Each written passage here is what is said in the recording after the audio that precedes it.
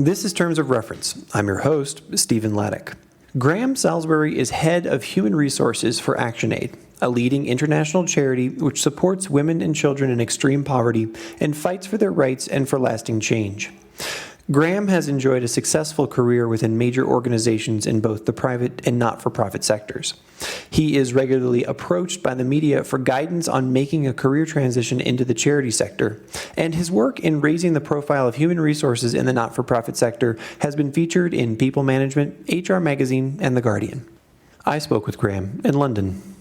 Hello, Graham. Thank you so much for being on the Terms of Reference podcast today. Hi, Stephen. Good to meet you, and it's good to be here too. We're recording this in late May 28th, actually. I'm lucky enough to be in Costa Rica. Where are we finding you today? I'm lucky enough to be in a very grey and overcast central London. So I'm sat in the London office of ActionAid UK, which is in Islington. It's one of the areas where quite a few Charles Dickens novels were set. So it's got a very interesting history and tradition in the area that I'm in. One where quite a few organisations within the charity and development sector are based. And where is, I guess, you occupy the head of HR for ActionAid. Tell us about what it is that you do as the head of HR and a little bit about how that plays into ActionAid's delivery of its services and products.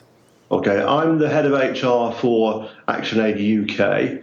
ActionAid International actually has its head office in Johannesburg because we decided a number of years ago that if we were to try and influence people in the global south, we needed a head office that was based there. So my role, supported by the 5 members of the HR team, is largely to look after the entire life cycle from attracting and recruiting people to the business, making sure that we have people equipped with the right competencies and capabilities, rewarding them, motivating them, retaining them, basically everything that I'd largely put under the categories of attract, retain, motivate, and reward. You know, one of the questions that we should probably ask you is, you're also responsible for the exit, right? Yes, I am. And when you say responsible for, my role or my team's role tends to be largely one of trying to understand what the reasons are why people leave this organisation. And our turnover, in case this is of interest, is around about 30%, which is quite high. That's per year. One of the reasons why that is the case is that because of the funding that we receive, quite a number of our contracts are short-term, fixed-term contracts. So we have a fairly large number of people who work here for, let's say, 12 months, 18 months, 2 years. Give us a sense of what the global staff numbers are. Well, within ActionAid UK, there's about 180 people, 180, 200. Globally, there are around about 4,000. So my responsibility or my remit is the 180 to 200 who are based within the UK. But, you know, if you look at those numbers, that therefore means that on an annual basis, we are recruiting 50 or 60 people. And that has some practical implications. It also means that from a managerial point of view, you know, after being here for 1 year, over half the people in the business are individuals that you don't really recognise, and which is an interesting challenge. That sounds quite high as a labour turnover level. It's fairly representative of turnover within this sector. And within the UK, a lot of people, if they leave, they do tend to go to other development organisations rather than into the commercial or the private sector. I was going to say, you're the expert on the line here, but even just my gut feeling, you know, having worked for other large NGOs in the United States and elsewhere, that seems like a fairly typical number, but also a fairly typical issue that's faced by most organizations. To dive into that point a little deeper, what is your strategy for retaining, the top talent that you have? Is it finding those longer term assignments for them, or putting them in sort of those non-programmatic areas? Or most of the people who are based within ActionAid UK tend to be individuals where most of their time is spent working within the UK. People who work within the programme side, they tend to be drawn from ActionAid's offices abroad. So, you know, Mozambique, Thailand, South Africa, Tanzania, those sort of places. I would say that our turnover is fairly typical of the sector. A while ago, it caused me grief because to be trying to recruit 30% of the organisation every year seemed to be a bit of a problem. But on the other hand, it's because it's the fact that people leave this organisation to go elsewhere within the sector. That doesn't worry me too much, because I think as a sector we do try to support each other and ensure that collectively capability is maintained. So as I mentioned previously, most people leave this organisation to go elsewhere within the sector. We've had a couple of very interesting departures over the last 12 months. One where they were up for one of the seats in the UK Parliament. They were one of the candidates in the recent election. Sadly, they weren't elected. We've had another employee who used to work in our policy section, and almost exactly a year ago he left because he was elected as a member of Parliament for the European Parliament. So does that cause us upset that he's left? Yes. But on the other hand, he's more active in influencing the agenda about international development as a member of the European Parliament than he was here. Yeah, so that's powerful. It's a very good loss. It's a good role for him to move into. And hopefully he's still a friend of ActionAid, of course. Very much so. Yeah, very much so. So another thing that jumps into my mind, do you find that of those 30% of people that are turning over, some of them come back for some new short-term assignments? I mean, do you have recurring employers or employees? We do. Yes, we do. The way I sometimes describe it is that as an organisation, it's one where there are a lot of career ladders. So there are quite a few options for career progression. However, the ladders only tend to have two rungs. There's either the one that you're on or the one that your boss is on. So if your boss is someone that you know is going to be here for quite a while, in order to get some higher level experience, it sometimes is necessary to move out of the organisation. But probably like a few other organisations in this sector, yes, we do have a history or a tradition of people leaving and then coming back again. So they leave to get further experience outside, and having gained that will return. Why do you think that is? Why is there the two-rung ladder in this sector in particular, or is that becoming endemic to professionalism across the board? I don't think it's just this sector. I think flatter structures tend to be the way that organisations are going. And, within an organisation of 180 people, if there are more than, let's say, 3-4 levels, one could argue that at least one of those levels or layers is probably unnecessary. And I think a lot of organisations are increasingly devolving decision-making responsibility down the line. They are empowering people. So the idea of supervisors, people watching over other people, just isn't really relevant anymore.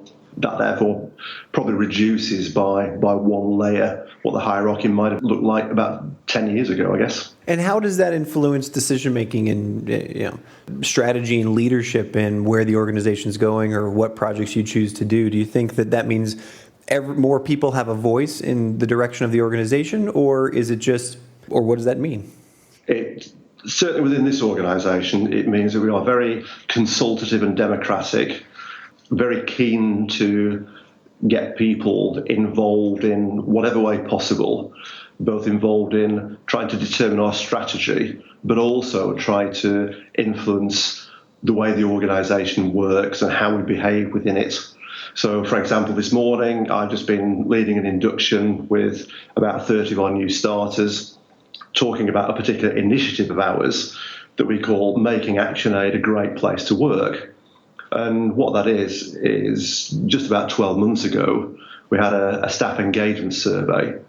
And some of the results, or rather some of the messages that we received, were a little bit negative about us not being consultative enough, about the way that we weren't communicating on decisions that were coming out of the senior management team. So as a result of that, we decided to put this particular programme together that we're calling Making ActionAid a Great Place to Work. And it's all about just involving people in every aspect of the organisation's day-to-day life.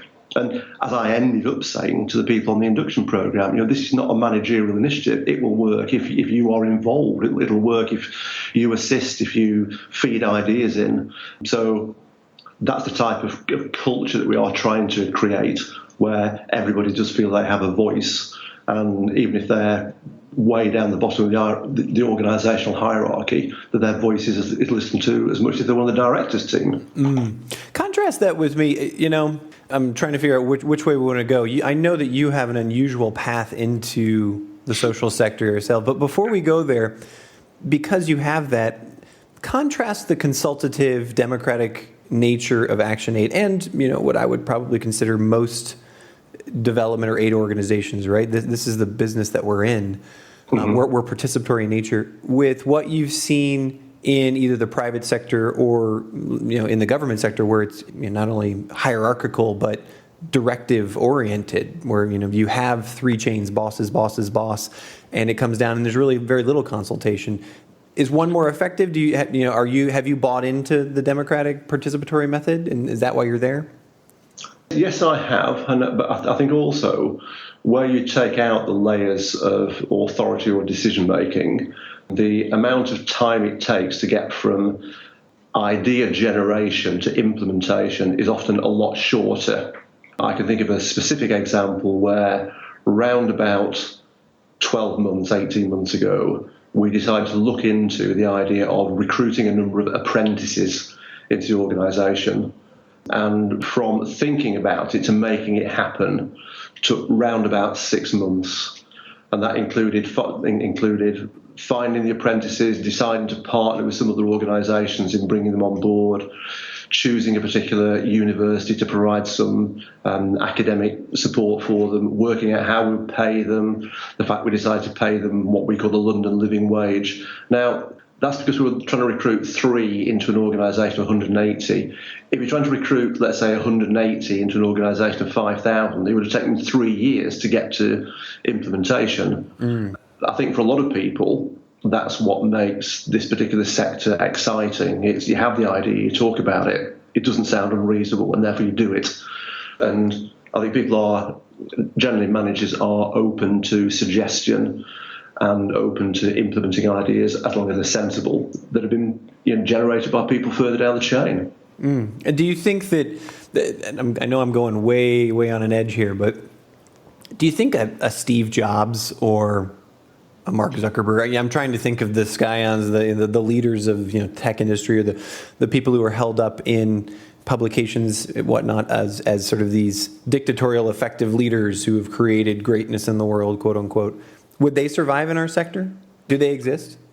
I think they would, as long as they could clarify, encapsulate and state a very clear vision for what the organisation is all about. And if you think of the Bill Gates, Steve Jobs type of character, often, or within the UK, it's people like Richard Branson, they're individuals who are very capable, very adept at answering the question, what are we here for? Why do we exist?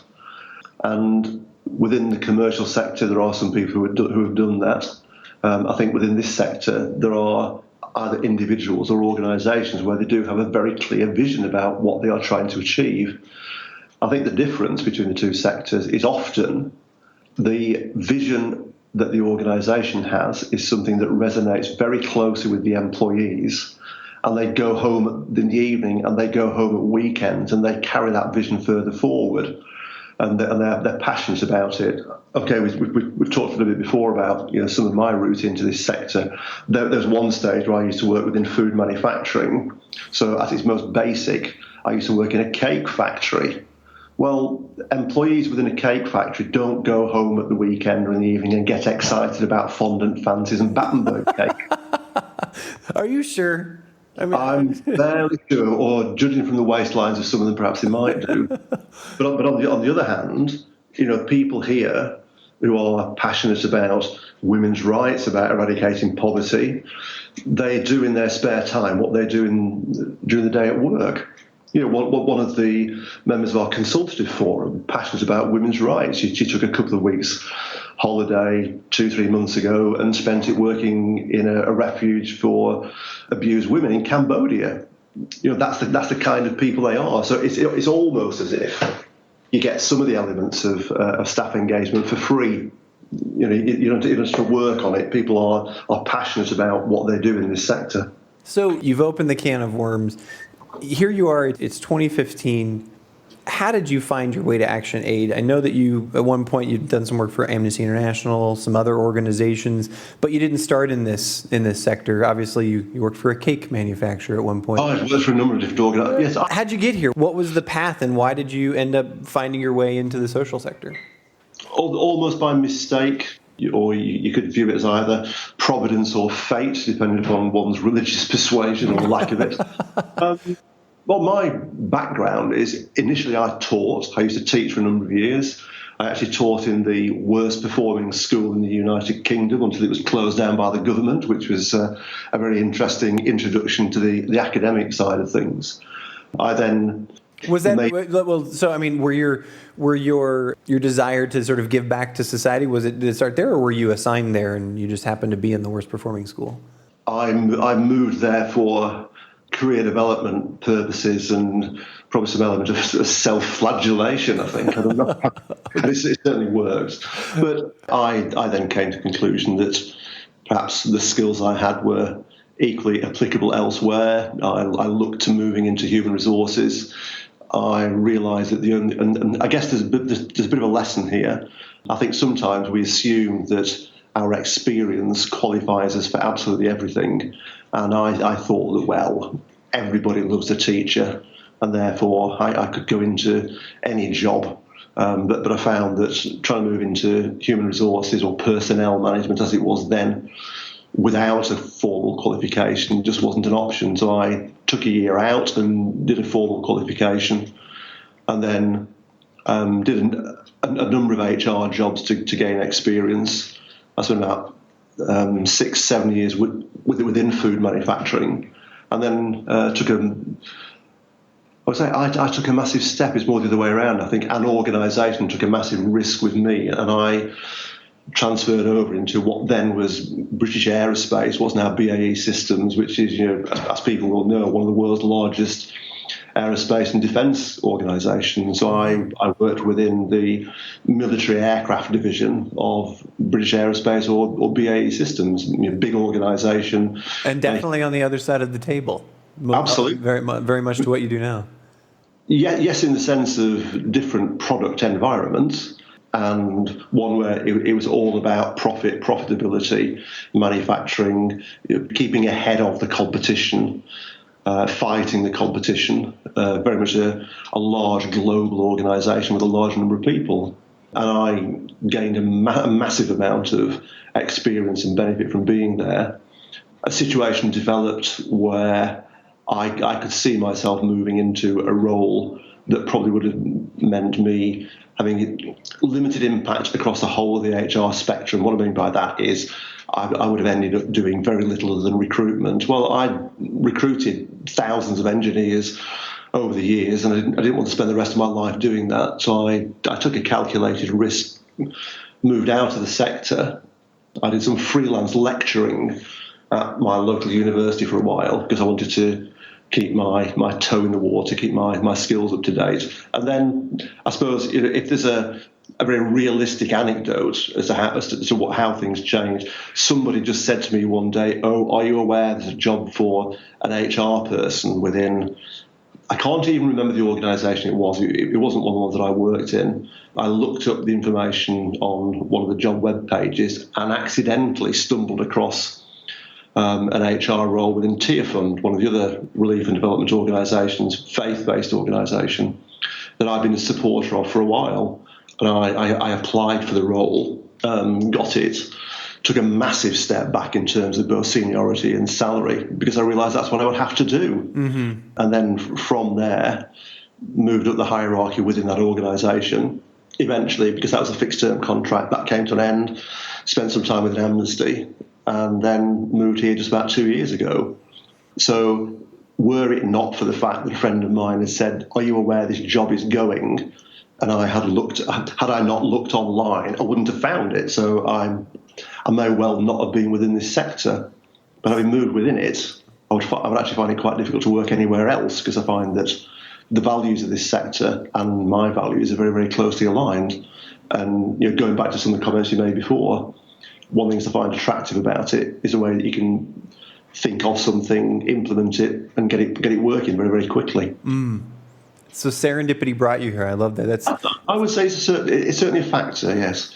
Now, if this was an interview, and here's possibly a tip, if anyone listening into this, trying to get some interview tips, I wouldn't put it across like that in an interview. I would probably put it in terms of what my career path was, and I would construct a narrative to try to indicate how there's a natural transition from one area to the next, because I think at interview stage that's what people are interested in. But again, with the benefit of hindsight, it's a natural progression from one area to the next. Most of the people listening to this podcast are coming out of that master's degree or doing what you've done, transitioning from another sector into the humanitarian aid and development sector. We've got you on the phone. You're the director of an HR unit in a big organization. Is it CVs? Is it cover letters that you would have people focus on? Is it networking? Is it all of the above? Is there a magic sauce that gets people into the door at ActionAid? No, there's not. The advice that I would generally give any job applicant is use your network and use it wisely, and use it to get your name, your face onto the radar screen of those people that you want to influence. From the HR recruiter's point of view, there are times where we advertise for roles here.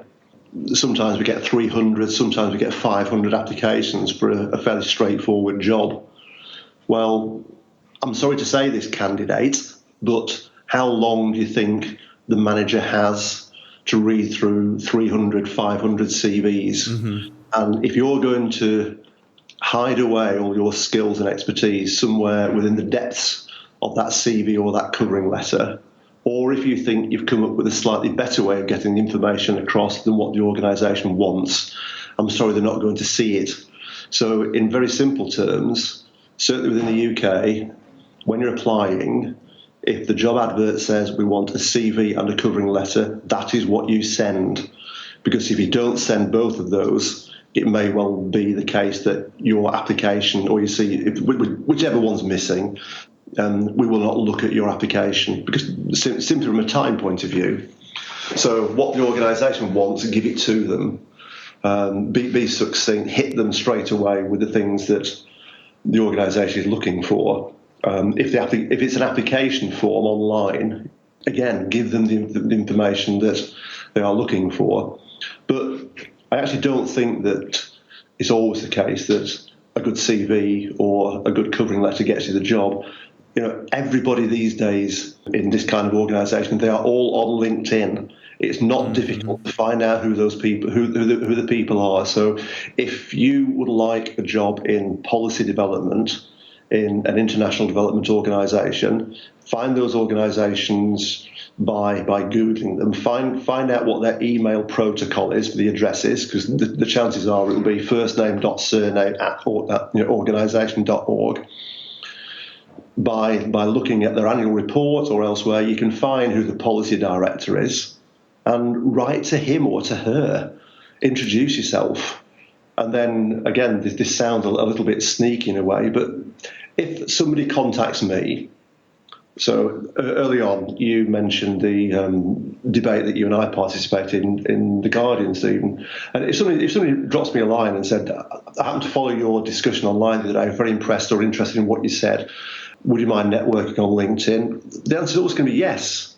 And then beyond that, it's I happen to live in London. Could you spare me 15 minutes of your time for me to talk about how to get in this sector? The answer is always going to be yes. Flattery works. I'm sorry, It absolutely does. I'm lucky enough to be a director of an organization myself, and the people who have gotten in the door are the ones that have conversations with me. It's that simple. Yeah, and then beyond there, it's not being too pushy. I think what you need to try to be is to be keen but not desperate. But also, when you're approaching somebody, tell them you may not be able to find me a job, but is there some way that you could possibly cascade my CV out elsewhere? And that kind of stuff works. How important is cultural connection to you? And I mean in the sense of corporate culture, where do you have a profile when you're interviewing or when your staff are interviewing candidates? These people fit into the ActionAid culture? It's there, but it's not massive, which is why I would probably advise a candidate who talks about their passion for the sector being aligned with the organisation's values or their commitment. My response to that tends to be, I'm fine, but for every person that's got passion and commitment, there's another 10 people who've got both that plus the capability. So it's a capability that people are interested in much more than it is their alignment with the values of the organisation. That's very interesting. All right. How do you measure your success, both as the department head and as a bigger piece of, as a part of the larger organization? What kind of goals do you set for your team as the HR staff in the UK? And so sort of said another way, how does that play into the goals that ActionAid has set for itself for this year or the next 5 years? We, like most organisations, have a planning process. And so the HR department has a number of objectives that we have said we will achieve as the year progresses. Some are very easily measurable, some are not. So a couple of examples. One of the things that we've never really done and we should have done over the past few years is look into succession planning of people in our senior roles. So we are starting to do that. So my team has a specific objective to have some succession planning process in place and performance and potential measurement of the members of our leadership population. So that will either be achieved or not achieved. I mentioned previously that we had a fairly negative employee engagement survey about 12 months ago. Well, we've set a particular figure where we want to see a percentage increase in staff engagement over a 12-month period. So there's that kind of stuff. I think also, though, it's just down to day-to-day feedback. How are things working? And I think that's the sort of stuff where an informal conversation can tell you how things are going. I mentioned before, I was leading an induction program this morning, and I was talking there about attracting, retaining, motivating people. And I said, well, let's turn the tables. I want to talk to you rather than, or I want to listen to your views rather than the other way around. Tell me, how did your recruitment go? Do you feel motivated? And what can we do to retain you? So it's that kind of feedback that I think is important. But also it's important to be, as a head of HR, sitting down with the directors and the senior managers to make sure that we as a function are helping them achieving their objectives. How do you identify a rock star in your organization? As part of this retention strategy, you have a 30% turnover, you have people in the UK and all over the world. Is it recommendations from within? Is it happenstance, again, serendipity? Is there a process for people to recommend and comment on others' performance? How does that happen? How are rock stars identified? That's a very good question, and I should probably even use that phrase "rock star" when we try to come up with our performance potential. I've trademarked it. Sorry. No, you can't. Okay. I'll give you a fraction of the royalties. To be quite honest, at the moment we don't. To go back to what I was saying before, yes, we should do. So currently, talent management internally, succession planning is not something that we are particularly strong on. I've been doing some sessions over the past couple of weeks with the directors in the business, asking them 3 questions. Number 1, what are your objectives and priority areas over the next 2 years? Question 2, what are the people implications of those objectives? And then number 3, how can we support you in meeting them? It's clear that there's an issue of, we've got some very good directors, we've got some very good heads of team, but the level below that, people need development. So I will probably use what you just said to when I'm talking to senior leadership team in future of, do we actually know if we have got any rock stars? Yeah, no, please use it as much as you can.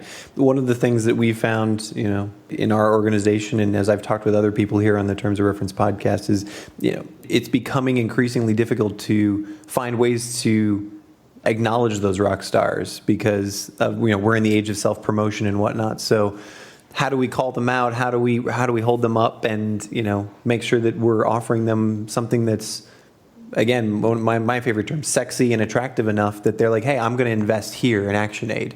This is where I want my career to go. I think that's a very good analogy, because it's how do you, in any organisation, identify the emerging global superstar, and how can you differentiate between them and the fading has-been on the farewell tour? Mm-hmm. Take me to an interesting place, at least in my mind. Two-part question here. You occupy one of the support roles in the development and aid world. When we think of being a development or aid professional, you think of the UNICEF poster. There's somebody digging a well in the field. It's always a field position, right? They don't put HR professionals on those posters very often. How do you maintain your passion for the work while you're there? And two, the second part of that, how do you continue to build your capacity, your particular role in the organization to help others know, hey, this is an important role. This is really, what I do is really important, even though I'm not out there necessarily in Botswana, in Guinea, in South Africa, wherever, digging that well. Well, there's the old story, isn't there, about the guy with the mop and the bucket at NASA, where someone was walking around and said, what are you doing? To which the response was, I'm helping put a man on the moon. I like that. Cliche or otherwise, it probably is true. So the way I try to get my team to think about that is by asking the vital question: why do we exist as a team of people? What is it that we're here to do? And okay, it's a fairly philosophical question, but what we should be here doing is making the task of those who are in delivery roles easier all the time. And one of the things I constantly say to people within my team is when a manager comes along to you with a request of, can I do this? There are only ever two answers, one of which is yes, and the other is no, but I'll show you a better way of doing what you want to do. But just saying no doesn't help anybody. So what any team, whether it's finance, whether it's HR, needs to be all about is understanding what the pressures and the challenges are of those people in delivery roles and helping them do it, making things simple rather than making them complex. Again, a slightly different area, but within the HR community, within the UK, I heard a guy the other day and he said, there are two kinds of HR people. There are simplifiers and complicators. Which are you? Mm-hmm. And that's what it should all be about. And again, strange story really, which I love. A guy on the streets of Burma is watching this chap sat at the side of the road with this block of teak, and slowly but surely he starts to chip away at this block of teak, and over a period of time, suddenly what's left is not a block of teak, but this perfectly carved, beautiful, shiny elephant. And the guy says to him, that's absolutely incredible. How did you do that? How did you make that elephant out of that block of wood? And the guy on the side of the road says, it's really easy. All you do is you just chip away all the bits that are not an elephant. Now, that's what HR is about. It's chip away at all the bits that get in the way of process being effective. And my team probably get a bit fed up with me saying this kind of stuff, but it is about making other people's life easier rather than your own. Does that answer the question? Absolutely. No, I'm trying to think of a way to put that in a turn of phrase, but I think that you've done a fantastic job of it. We work in an industry that is not unlike others, where I'm often befuddled, or I find it quite amusing that every phone call I receive or email that I receive starts with, listen, I know you're really busy, but. Yeah. And my response to that is, hey, you know what? I wouldn't have accepted your phone call, or I wouldn't be answering your email if I was that busy. I think we've created that culture of busyness. We've created that culture of overwhelm. And so how do we continue to start to create a culture of simplification, of simplicity? Because we often find the most elegant solutions are the most simple ones, right? Yeah. Well, again, another parallel for this goes back to my time within the aerospace and defence industry. A guy who was the technical director of the aerospace division I worked in, I think what had happened on this occasion was the HR team had come up with some fantastic process that was meant to make everything smoother, but in reality, he just complicated things. And he gave me this great challenge. He said, why can't we make a supersonic jet aircraft in 24 hours? And I came up with various comments. Oh, it's something to do with direct line feed and product failures and all things that I thought were wonderful. So I'll tell you, Graham, why we can't. It says the laws of physics. That's the only thing that prevents us, or should prevent us, from making a supersonic jet fighter within 24 hours. Our job, my job and your job, Graham, is to eliminate all those things that have nothing to do with the laws of physics, just so we can get this thing made in the shortest period of time possible. And really, isn't that what happens within the aid industry anyway, or the aid sector? Shouldn't it be about getting the support from A to B in the fastest period of time and responding to the crisis? And if there's something that you're doing as an HR person or anybody that's making that more difficult, why? What value is added by what you're doing? And if it's not, don't do it. A great question I like to ask everyone who's a guest on this show is to see if you have a story about some time when you failed. And I'm thinking, either at ActionAid or one of the organizations you worked before, where a policy you rolled out or a hire that you made or a team that you put together just didn't do the job or fell flat on their face. And what was your way of recovering from that? How did you pick up the pieces and make sure that either the job got done or that the problem was not repeated? I think of two, one with an ActionAid and one outside. Probably the easier one to talk about is when I worked within aerospace and defence. We were in the middle of this massive recruitment campaign, trying to recruit significant numbers of skilled engineers. And it was clear that the task was too large for the HR team to do by themselves. So I went along to the engineering resource managers group, and I'd only just started with the organisation at that particular stage. And I'd thought this through for a long time, and I had come up with, as you said before, a very elegant solution. Logically, it was the only one that would work. And if you'd thought about it long enough, you actually would have realised that what I said was right. That you're so brilliant, of course. Absolutely. Yeah. I'm actually not being sarcastic. That was the case in terms of it was the only right answer. But I put this up on the flip chart on the PowerPoint presentation or whatever and got my head bitten off. And the reason why that was the case, it wasn't because I came up with a daft solution. It was I hadn't allowed them to come up with it, and felt as if it was imposed upon them. Had I gone about it in a different way and just said, we've got a problem here, guys.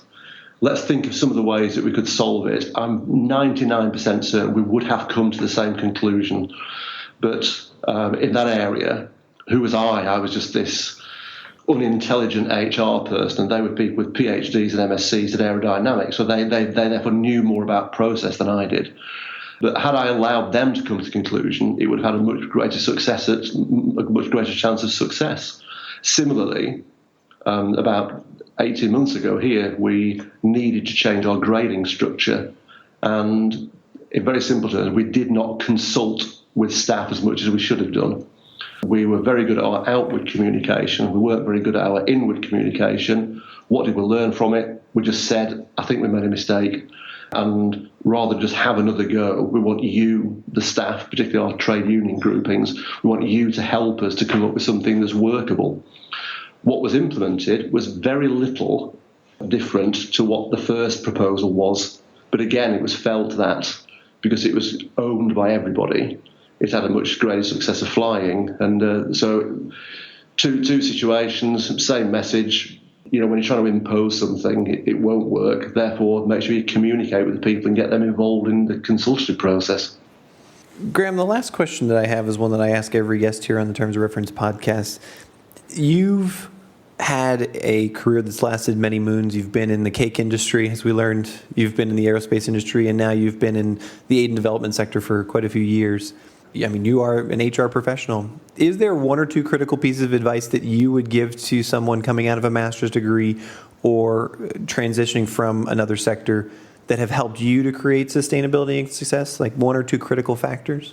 I think particularly when you're entering the sector, there are two approaches you can adopt when you're applying for jobs. One is you can apply for anything that moves and looks even the slightest like a job that you'd like to move into.